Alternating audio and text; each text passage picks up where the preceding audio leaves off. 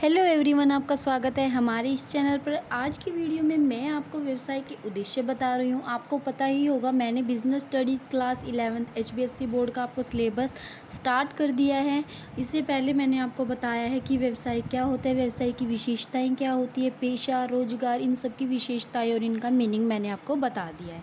तो first chapter मैंने start कर रखा है। फर्स्ट चैप्टर में से मुझे जो इंपॉर्टेंट टॉपिक लग रहा है मैं सिर्फ आपको वही कराऊँगी और ऐसे ही मैं आपका पूरा सिलेबस कवर कराऊंगी। अगर आपको मेरा वीडियो पसंद आता है तो वीडियो को लाइक, चैनल को सब्सक्राइब कीजिएगा और कमेंट करना ना भूलें। तो शुरू करते हैं। हमारा क्वेश्चन है आज का, व्यवसाय के उद्देश्य।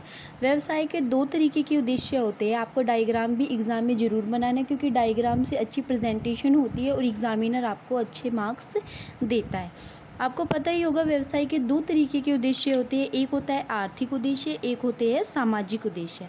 आर्थिक उद्देश्य होती है जो हम लाभ कमाने के लिए करते हैं, और सामाजिक उद्देश्य मतलब समाज को ध्यान रखने के लिए जो उद्देश्य होते हैं उनको सामाजिक उद्देश्य कहते हैं। सबसे पहले हम आर्थिक उद्देश्य करेंगे। आर्थिक उद्देश्य क्या होता है? यह व्यवसाय का एक ऐसा उद्देश्य है जिसके अभाव में व्यवसाय की कल्पना भी नहीं की जा सकती।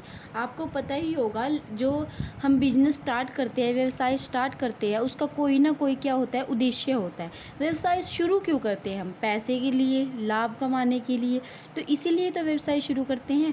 तो ये सबसे महत्वपूर्ण क्या होता है, इसका उद्देश्य होता है। आर्थिक उद्देश्य किसी न किसी रूप में धन उपार्जन की बात कहते हैं, मतलब जिसमें हम धन कमाने के लिए जब कोई कार्य करते हैं तो उसको हम आर्थिक उद्देश्य कहते हैं। आर्थिक उद्देश्य कौन कौन से होते हैं?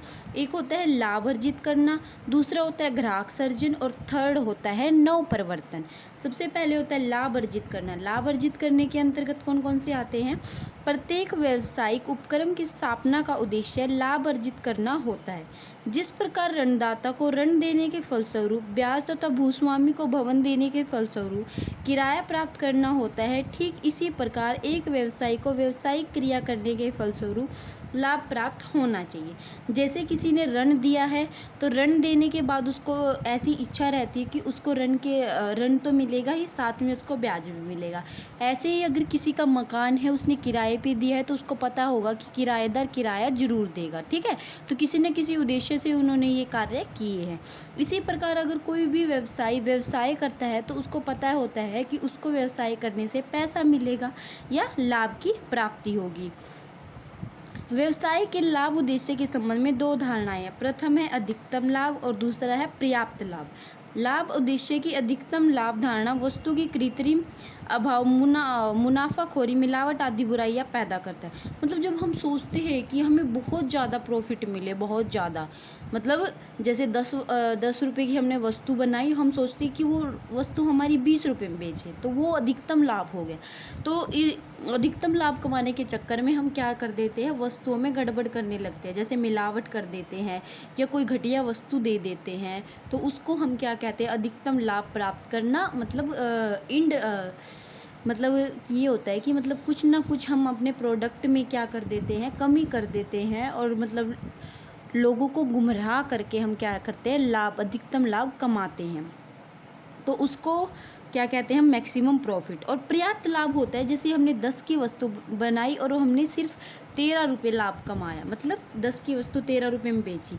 अधिकतम लाभ का उद्देश्य निसंदेह अनुपयुक्त है। इसके विरुद्ध पर्याप्त लाभ अवधारणा एकदम उचित है। पर्याप्त लाभ ही हमें मिलना चाहिए, क्योंकि इसके अनुसार व्यवसाय को इतना लाभ अर्जित करना चाहिए जिससे व्यवसाय एक लंबे समय तक चले। मतलब हम अच्छे से अच्छा अपने प्रोडक्ट को दिखाने की कोशिश करते हैं, उसमें कोई भी मुनाफाखोरी नहीं करते, कोई मिलावट नहीं करते। मतलब हम 10 की चीज़ें अगर 12 या 13 रुपये में बेच रहे हैं तो वो हमारी मेहनत का ही फल है। इससे हमारा व्यवसाय क्या है, लंबे टाइम तक भी चलेगा।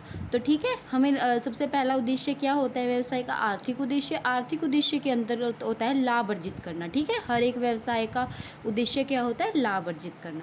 सेकंड पॉइंट है आपका ग्राहक सर्जन। ग्राहक सर्जन का व्यवसाय का दूसरा आर्थिक उद्देश्य ग्राहकों का सर्जन करना है। ग्राहकों के सर्जन का अभिप्राय अधिक से अधिक संभावित उपभोक्ताओं को अपने उत्पाद की ओर आकर्षित करना है। ग्राहक सर्जन का उद्देश्य लाभ अर्जित करने के उद्देश्य से जुड़ा हुआ है, क्योंकि लाभ तभी प्राप्त होंगे जब एक व्यवसायी को वस्तु को कोई खरीदने वाला होगा। अतः जैसे भी व्यवसाय को ग्राहकों को अपनी ओर आकर्षित करना चाहिए। इससे सबसे बड़ा इसके साथ साथ यदि बढ़िया किस्म का माल उचित भाव पर बेचा जाए तो ग्राहकों की संख्या वृद्धि होती है। ग्राहक सर्जन का मतलब है ग्राहकों को अपनी वस्तु की ओर आकर्षित करना। मतलब हम विज्ञापन दे सकते हैं, इसके लिए अच्छे से अच्छा प्रोडक्ट बना सकते हैं, एडवर्टाइजमेंट टीवी में दे सकते हैं, न्यूज़पेपर में, मैगजीन में, हर एक जगह हम ऐड दे सकते हैं। तो मतलब क्या है, दूसरा उद्देश्य होता है ग्राहकों को अपनी तरफ आकर्षित करना। जब ग्राहक आकर्षित होंगे, ग्राहक हमारे उत्पाद को खरीदेंगे तो उससे हमारे लाभ भी क्या है, अधिक से अधिक बढ़ेंगे। ठीक है। थर्ड पॉइंट है आपका नव परिवर्तन, इनोवेशन। मतलब कुछ ना कुछ नई नई चीज़ें लेके आना मार्केट में। ठीक है, नई नई टेक्निक्स लेके आना, इससे भी आपका क्या है, आर्थिक लाभ आपको होगा। आज व्यवसाय का सामना एक प्रगतिशील युग से हो रहा है। उपभोक्ता दिन प्रतिदिन जागरूक होता जा रहा है, रीति रिवाज भी लगातार बदल रहे हैं। ऐसी स्थिति में नव परिवर्तन की सहायता से व्यवसाय का अस्तित्व संभव है। नव परिवर्तन का अभिप्राय कुछ नया करने से, नया उत्पाद तैयार करना, पुराने उत्पादों के उपयोग के नए तरीके बताना। मतलब कैसे हम पुरानी पद्धतियों को, जैसे हम पहले क्या करते थे, हल के साथ क्या करते थे, खेत को जोतते थे, लेकिन अब हम ट्रैक्टर का यूज़ करने लगे। मतलब कुछ ना कुछ ऐसी टेक्निक्स लेके आना, पुरानी विधियों के स्थान पर नई विधियाँ लेके आना, जिससे क्या है, आसानी से कोई भी कार्य हो सके।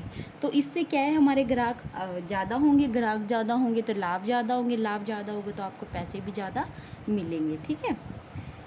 उसके बाद है नव परिवर्तन से पुराने ग्राहकों को बनाए रखा जा सकता है। और मतलब पुराने ग्राहक तो हमारे उत्पाद को खरीदेंगे, साथ के साथ हमारे नए जो उपभोक्ता है वो भी हमारे उत्पाद को खरीदेंगे। तो ये आपके थे आर्थिक उद्देश्य। आर्थिक उद्देश्य के अंतर्गत आपने 3 पॉइंट्स किए, लाभ अर्जित करना, सेकंड किया ग्राहक सर्जन, और थर्ड किया आपने नव परिवर्तन। और अब करते हैं नेक्स्ट की आपका सामाजिक उद्देश्य। सामाजिक उद्देश्य आपके कौन कौन से होते हैं? सामाजिक उद्देश्य होते हैं आपका, सबसे पहला है इसका मीनिंग, व्यवसाय की स्थापना समाज में होती है और यह एक समाज का महत्वपूर्ण अंग है। इस प्रकार जब व्यवसाय में समाज अपनी क्रियाएं संपन्न करता है तो उसे समाज के प्रति अपने दायित्वों को नहीं भूलना चाहिए। मतलब क्या होता है, ऐसा थोड़ा नहीं कि हम अपना व्यवसाय कहीं भी स्थापित करते हैं। वो व्यवसाय हमेशा समाज के अंदर ही स्थापित होता है, हमारी सोसाइटी में ही हमारा जो व्यवसाय है वो स्थापित होता है। इसलिए हमें ये नहीं सोचना चाहिए कि हमें हमेशा लाभ अर्जित हो। हमें अपने समाज के बारे में भी बहुत सारी बातों को ध्यान में रखना चाहिए। ठीक है। सबसे पहले उच्च किस्म की वस्तुएं उचित मूल्य पर। व्यवसाय का प्रथम सामाजिक उद्देश्य उपभोक्ताओं को लगातार उचित किस्म की वस्तुएं पर्याप्त मात्रा में तथा उचित मूल्य पर उपलब्ध कराना। मतलब ये नहीं है, हमें हमेशा मीडियम सा, मतलब ज़्यादा हाई प्राइस नहीं रखना चाहिए अपनी वस्तुओं का, क्या है, उचित प्राइस रखना चाहिए। और क्या है, पर्याप्त मात्रा में और उचित मूल्य पर हमें क्या अपनी वस्तुओं को बेचना चाहिए। व्यवसाय को चाहिए वस्तुओं में मिलावट न करे, मिलावट नहीं होनी चाहिए, जमाखोरी न करे, उपभोक्ताओं को आवश्यकतानुसार पर्याप्त मात्रा में वस्तुओं को उपलब्ध कराए और मुनाफाखोरी की प्रवृत्ति से बचते हुए उचित दामों पर वस्तुओं का विक्रय करें।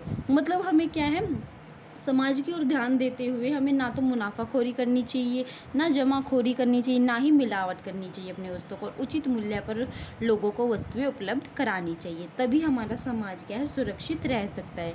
सेकंड पॉइंट है समाज के विकास में योगदान। व्यवसाय जिस समाज में जन्म लेता है और फलता फूलता है, उसके विकास में उसे निश्चित रूप से कुछ योगदान देना चाहिए।